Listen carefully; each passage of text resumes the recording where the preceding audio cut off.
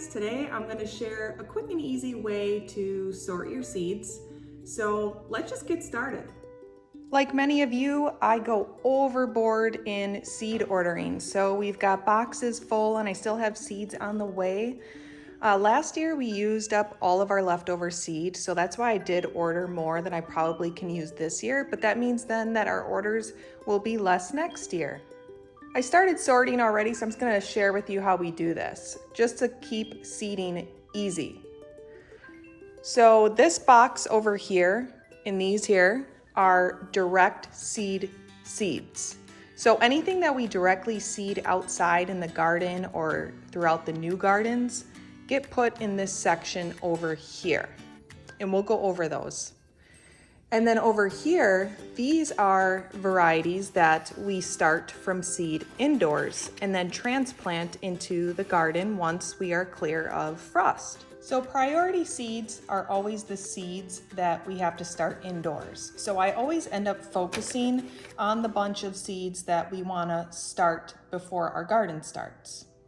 So what I do is, now that I know that these are all of the seeds that I want to start and get them ready for the garden, I then go through them and I start organizing them by the date that they need to germinate before being able to be transplanted into your garden. An easy way to do this is right here, it says weeks to transplanting, 4 to 6 weeks. So what you want to do is go by your last frost date, which for us is usually the beginning of May. So I want to make sure to get these started 4 to 6 weeks before that date, so that way they are grown and ready to be transplanted outside. So this here, I won't even start yet. So 4 to 6 weeks for us is in another 2 weeks, I'd say, because I really don't get our garden planted until the 3rd week in May. Okay, so that is going to go in the 4 to 6 week pile, because now we're organizing the seeds that we already organized. That way we know when to start them and what bunches we need for each week. All right, so for this one now it says 6 to 8 weeks. So that won't go in the pile I just started. This will go into a 6 to 8 week pile. This means that this one will be having to be seeded a lot quicker. So 2 weeks earlier than the kale. And this is the large leaf basil. And large leaf basil, I do directly seed some as well, but I like having a few plants ready to go, so that way we can start harvesting even earlier. So now you're probably wondering, how do you know what to direct seed and how do you know what to start early? So for me, it has become kind of a natural thing to just kind of know that, due to the fact that I've been gardening my whole life and I grew up in the horticultural industry with, my parents' greenhouse business and everything like that. And so for me, I have the advantage that way. But if you're a beginner or you're just new to starting seeds and starting plants in your garden from seeds, what I'm about to explain to you will actually be very beneficial. So with Wisconsin, that's where we're at. We're zone 5. So for Wisconsin here, you only get like a certain amount of time to grow food and flowers. Everything feels like it's such a rush because we want to be outside enjoying that beautiful weather that we're only given for a few months out of the year. Well, we had a great season last year, so it was more than a few months, but typically speaking. So I always like to start a lot more earlier than what actually needs to be started early, just to enjoy and have fresh food. So one of the main things I always start from seed indoors is tomatoes and peppers. Those are an ultimate. A great way to determine whether you want to directly seed or start seeds in the house is to look at the amount of time on the pack of seeds. If it doesn't tell you in the pack of seeds, you can find it online. But what you're gonna want to do is look at that pack of seeds, and it will tell you from the time it germinates to the time it actually produces food or flowers. And if it's a long period of time and you're like, whoa, if I directly seed this in my garden, I'm not gonna have food or flowers from this plant until September?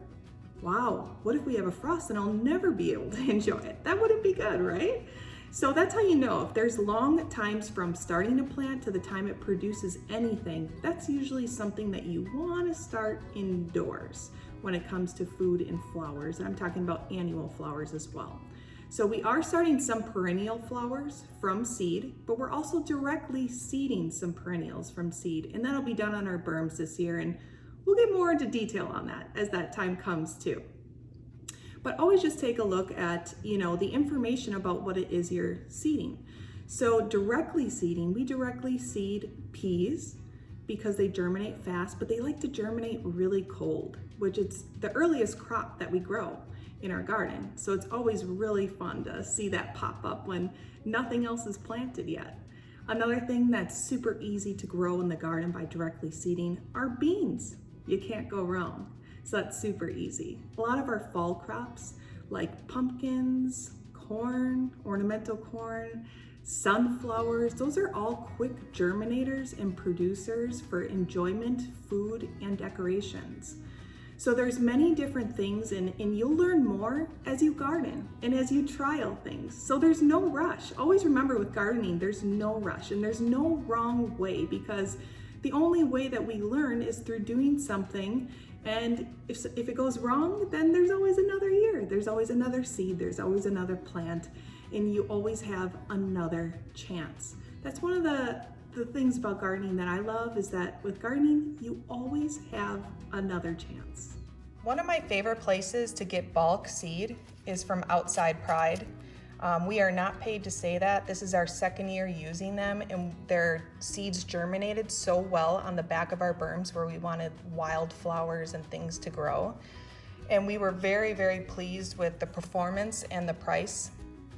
So we actually went back there and did a lot more fun shopping there this year for all of the new berms that we had laid down in the fall and hadn't seeded yet. So this spring we will be seeding a lot more goodies. So not only perennials, but also annuals. So they kind of protect the new germinating perennials. It takes longer for perennials to germinate over annuals a lot of times. So when the annuals germinate, they kind of protect the lower seeds of the perennials. And then it just helps them shade out any weeds that can pop up in between. So the annuals take the place of the weeds and they're not overbearing and they don't take over. And then that way the perennials have a chance at doing amazing.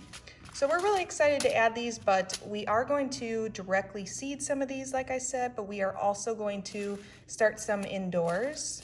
But I'm not gonna start perennials until, I don't know, probably I would say mid-summer. And the reason for that is because I want to plant perennial plants at the end of summer, beginning of fall. That way it's less to take care of for us. It's less to make sure of what's watered. And then over here, if you guys have been following us for a while, we do a lot of little nature walks and hikes on the channel here as well. And this is one of the wild grasses that grows along the waterway, and it's absolutely stunning. It looks like fairies live among these beautiful pink feathery grasses.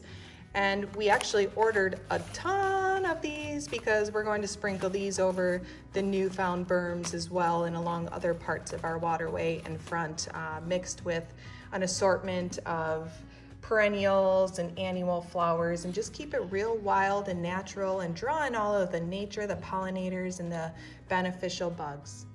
And what I'm most excited to seed start and grow this year is the white sage. It is not a perennial for us here in Wisconsin, so we will have to winter it over in our greenhouse in the wintertime. But what I'm so excited about with it is to be able to harvest our own white sage bundles for smudging. I'm really excited to see if there's a difference between bought-in white sage bundles compared to growing it yourself. Because we all know that there's a difference in the food that you grow, the flavor, from growing it yourself to buying it in the store.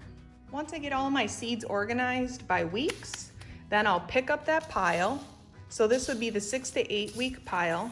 This would be the pile, because I know that there's going to be more, that I would pick up and say, okay, this pile of seeds here is the most important to get done next week, because that'll be 6 to 8 weeks from now. So next week, would be the week for me to start this pile. I do have piles that will end up being 10 to 12 weeks.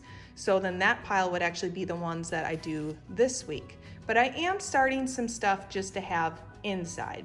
So like cat grass. Okay, you guys, Fuzzy loves cat grass. This one was from Burpee. This is from last year. So this is leftover seeds that we have. I did get more.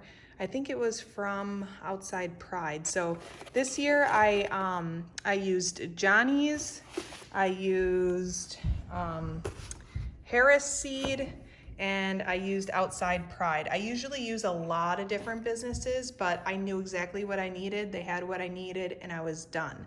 I tried to just not go so many places, otherwise then you forget everything that you bought, and then you buy doubles, which I have doubles in here now because just from having 3 different places I ended up with doubles. Look at all these seeds down here. Let's move these. Mom, where'd you get all those seeds?